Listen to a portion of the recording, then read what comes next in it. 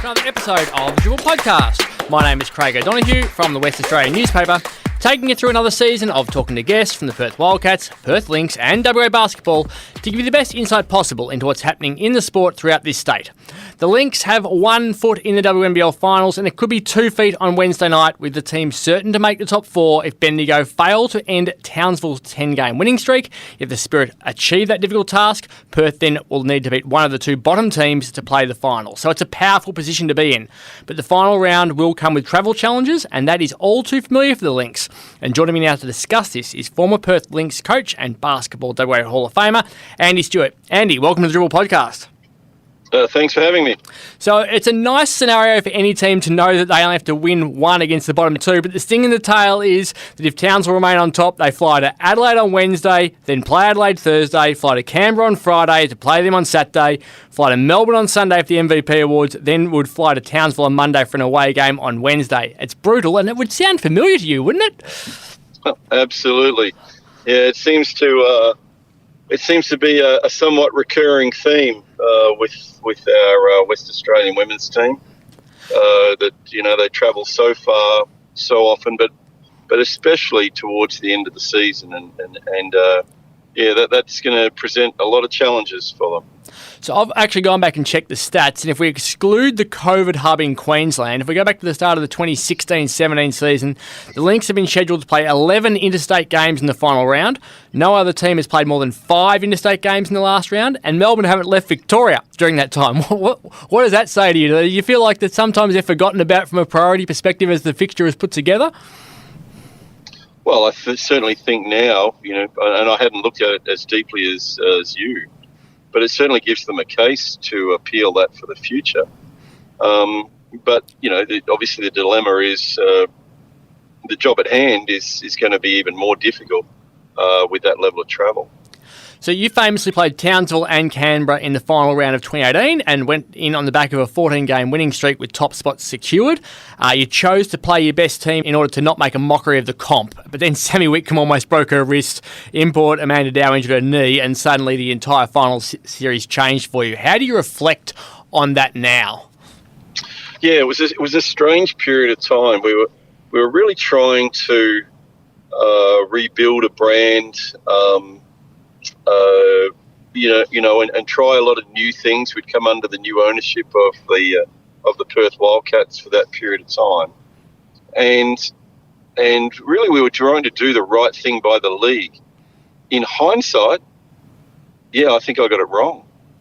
In hindsight, I would have suggested that we rest a player or 2, maybe even more, and and obviously it's easy in hindsight, but I suppose my recommendation to Ryan, not that I'm in any position to do that, but my recommendation to him would be do whatever is best for your playoff series. And if that means resting a player or 2 or dropping minutes down or whatever, then I definitely think that's the way to go at the moment. So there's obviously a lot of water to go under the bridge in terms of that Wednesday night game. But if they have the 2 games in the weekend where they know they're in, do you think they could rest half a team for one and play it in the other? Like there's 2 games, obviously, so it's not like it's just the one of them. Is it harder when there's 2 games? Do you feel, or can they say, well, we'll go hell for leather in the first one and then back off in the second? Look, it's basketball, and so it's not comparable to a lot of other sports. You need to keep playing to stay in form. And, so you don't want to sit them out too long, but you don't want to hurt their legs either. And I think that then becomes a meeting with him and his staff and certainly strength and conditioning staff to go, well, how will we present these people in the best possible scenario we can? We need them to be rested, but we also need them to be informed. And so whatever combination they eventually decide, it's obviously going to be up to them. But my thoughts are, do whatever you sit down and you think is the best plan. Don't worry about the result of the games. Obviously, knowing that you're in. Yeah, obviously, you have to be in first. It's completely different. If Bendigo beat Townsville, that's a different ballgame. Now, if we get to the stage where Ryan Petrick can make some big calls, if he rests his big names, he could put a team on the court that includes Taya Burrows, Emma Gandini, Desiree Kelly, Matt Clinch-Hoycard, Jessie Edwards and Chloe Forster as 6 players who haven't been receiving a lot of game time lately, but are actually part of the main roster and DPs. So there's 6 names. You know them very, very well. How competitive do you reckon those 6 could be playing for the bulk of a match? I don't know, but it'd be great to find out. And it's also great as he plans for next year, as the group plans for next year, to see, some of these younger players or more inexperienced players, to see how they perform under the bright lights. So I think you can gain a lot out of these games. I know that crew well enough to know that they're not going to lie down. So they'll go out and go for it. The defensive intensity of Gandini will just set a standard that's, very high. And she's been used consistently during the season as well to create some defense. So I think it'd be extremely valuable for them to get those people on the floor and to see how they respond in those sort of situations as you make plans for the future. Because as much as you want to keep a squad together for long periods of time, there's always seems to be a change or two. So it'd be good information for the coaching staff to get. And from a WA basketball perspective, for the young players coming through to see all West Australians effectively on the court there, like this is essentially a WA team this season anyway. Alex Sharp is a Victorian, but has been in WA for 3 years, played 2 NBL 1 West Grand Finals and been a league MVP. She lives here now. She doesn't go into state at the end of the season, so she's a quasi West Australian at the moment. Import Robbie Ryan was recruited from NBL 1 West, so that really leaves Lauren Scherf and Chloe Bibby as outsiders from WA. So it's a very WA basketball sort of team. Do you think that people are starting to realise that there is a pathway now, and if they see these sorts of players out there as the next generation playing this week, they'll go, this is a genuine pathway for us? Absolutely. But even, I think you've missed the main cog. Sam Whitcomb come through the SPL or the NBL 1 as well, and nobody was really that interested in it. I remember trying to get coaches on the East Coast interested in it before I took on the role. But even there, Sam's made WA her home. I love it, and I love the idea that young kids can work their way into representing their as good as their state in this program. So we saw some of the academy players for Lynx playing with you at the under-20s tournament recently. So tell us about the talent that is coming through. What sort of name should we be looking for, and how deep do we go from a women's perspective at the developing level? Look, I love that crew, but Ruby Vlahoff rolled her ankle 2 minutes into the first game. And then Grace Foster, who's in that squad as well, she struggled with back pain most of the week. And then as she hit some form, she rolled her ankle as well. And Malia Tharp, she's just perpetual motion. She just didn't stop all week. Defense and boards. And, and then you've got, Jada Clark at the COE who, had some really, really good games. So there's a lot of talent coming through, and that's me only mentioning 4 of them. They're a fun group to coach. Just a shame that we were, smashed by injuries so early in the week that we couldn't really show everybody what their real capabilities were. But even then, they only just lost the bronze medal game as well. And we know there is a tax on being a West Australian sporting team, whether it's the flying tax and having to spend more time interstate, or whether it's having to recruit players from interstate and paying more money to retain them. Do you think that we're starting to see now that this team, the Lynx, can put together a competitive team where they're not having to pay overs for players to come from interstate and overs for people to stay interstate because you've got these young kids coming through? Well, I think it's the case. I think Ryan's done a really good job of just bringing in the pieces that he needs, and that's what.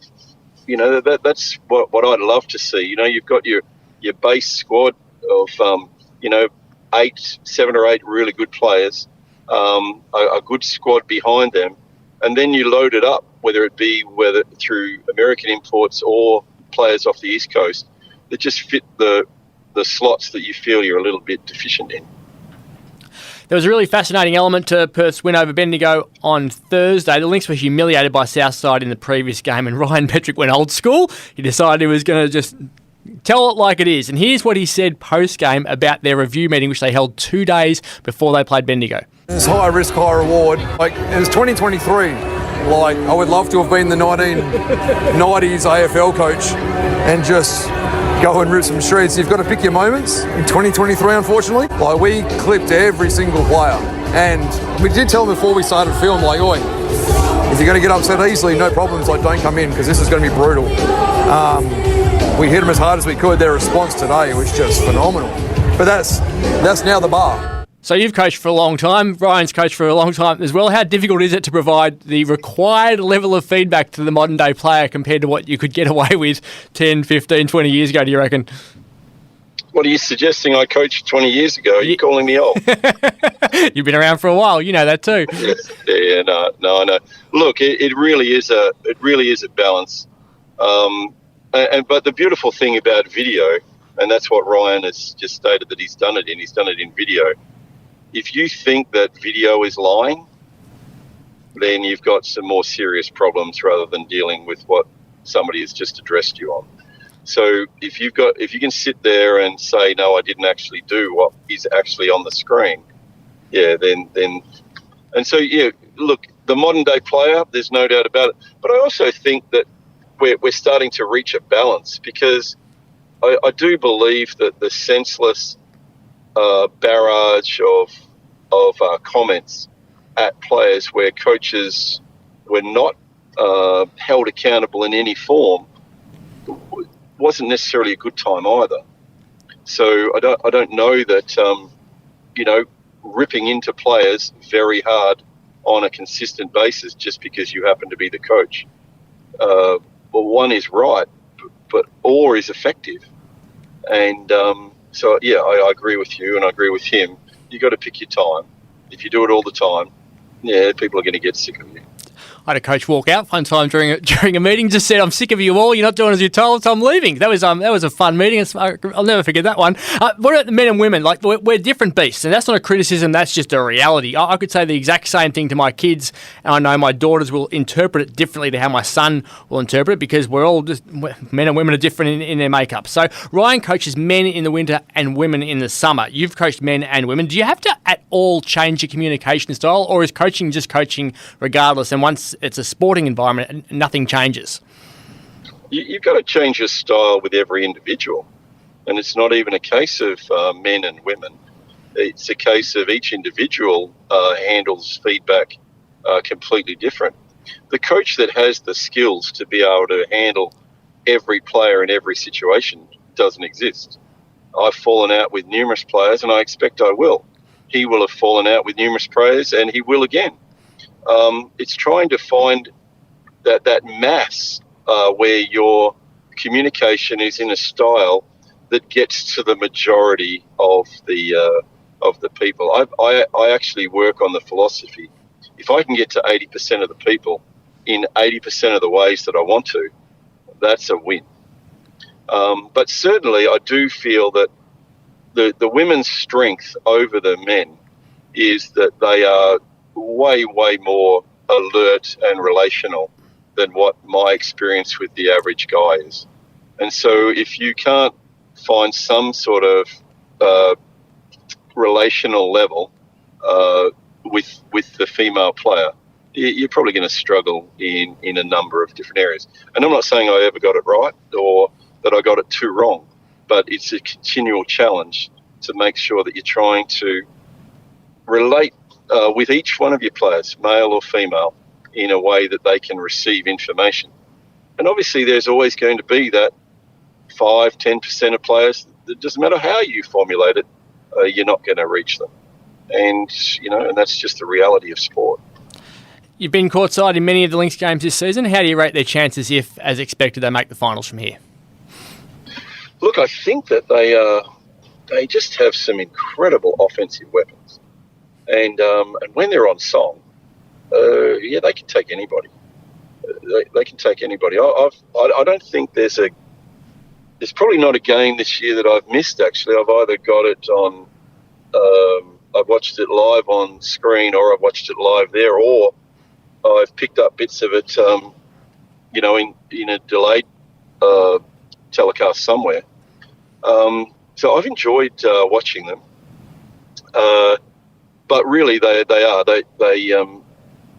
need to score relatively freely, I think, to be able to go deep into the playoffs, and I think that'll be their challenge. But when they're on song, well, yeah, I wouldn't want to come up against them. Well, look, thank you very much for joining us. There's not much you haven't done in this sport, so it's been fantastic to get your insights. So hopefully the Lynx go well for everyone, and you enjoy watching them play throughout the finals, and certainly for this weekend as they just try to lock in that final spot. So thanks for your time on the Dribble podcast. Pleasure, mate. Thank you again. Well, what a weekend it was for Perth Wildcat Todd Blanchfield. Australia played Kazakhstan and Bahrain in World Cup qualifier games, knowing that we'd already qualified, but it was a great opportunity for Blanchfield to remind everyone what he could do after spending most of the last few games of the NBL season on the bench for the Perth Wildcats. I interviewed Todd after the Boomers squad was announced, and he actually said his confidence was back to a really high level, and he was keen to get out there and show what he could do. Now, I've heard many players across many sports utter those words, and it sometimes sounds like they're trying to convince themselves that they're in form, but this had a little bit of a different tone to it, which I found really interesting. And then Todd stepped out on court and top scored with 20 points against Bahrain, including 4 3-pointers. Now, I don't care who they were playing. When you're in a team with other NBL stars, including 2 of Australia's bronze medal-winning Olympic team and another who has played NBA, if you top score, you've had a big game. And then he stepped up against Kazakhstan a couple of days later, scored 31 points, including 7 3-pointers. That's right, 7. The entire team scored 14, so he scored half of their 3-pointers. That's 51 points for Todd Blanchfield across 2 games. He scored 115 for the whole season for the Wildcats, playing a different role, as we said, and coming off the bench a lot. So it certainly does look like there is still life in Todd Blanchfield yet. So if anyone was concerned about what it meant for him sitting on the bench in the latter stages of the season, he can still clearly play. You can't score if you're not shooting, and you can't shoot if you're not on court. So it poses some really interesting challenges for the team now for next season, and for opposition next season, as to how they might try to shut him down and what his role might be. He's got a big few months with John Riley to work out how he slots back into that team from here.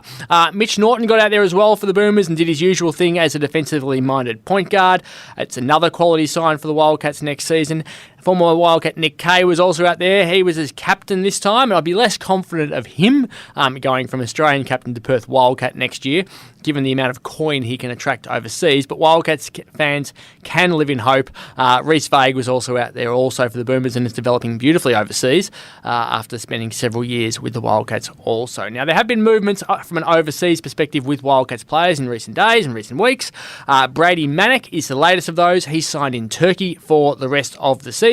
Then we've got Tayshaun Thomas, who is in France, and Corey Webster is in Montenegro. So there's always opportunities for players once the NBL season ends, and those guys are seizing their chances to play some more, earn some more, be overseas and experience something a little bit different.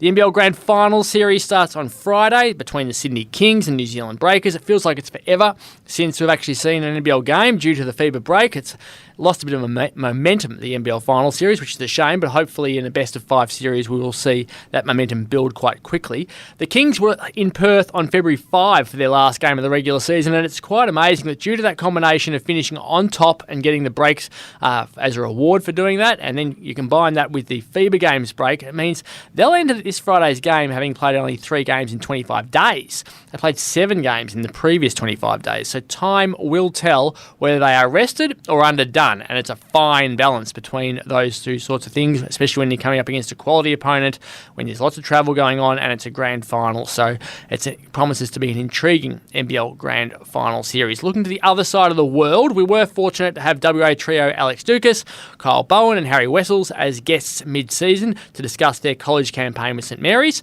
Well, their team was crowned as joint West Coast Conference champions alongside Gonzaga over the weekend. The Gales had a 25-6 record and are now now the West Coast Conference top seed heading into the qualifying tournament for March Madness. That means they get a bye in the first round, and that gives them a very strong chance of going through to that tournament, which everyone looks forward to every single year. So it's exciting for those three. Hopefully it continues to go well for them. Well, that's it for this week's episode of the Dribble Podcast. Thank you to Andy Stewart for his time. Remember, you can read all of your basketball news in the West Australian newspaper and keep logging on to thewest.com.au. Thanks to the magnificent Kate Ryan for her production work. As always, we'll be back next week with another episode of the Dribble Podcast.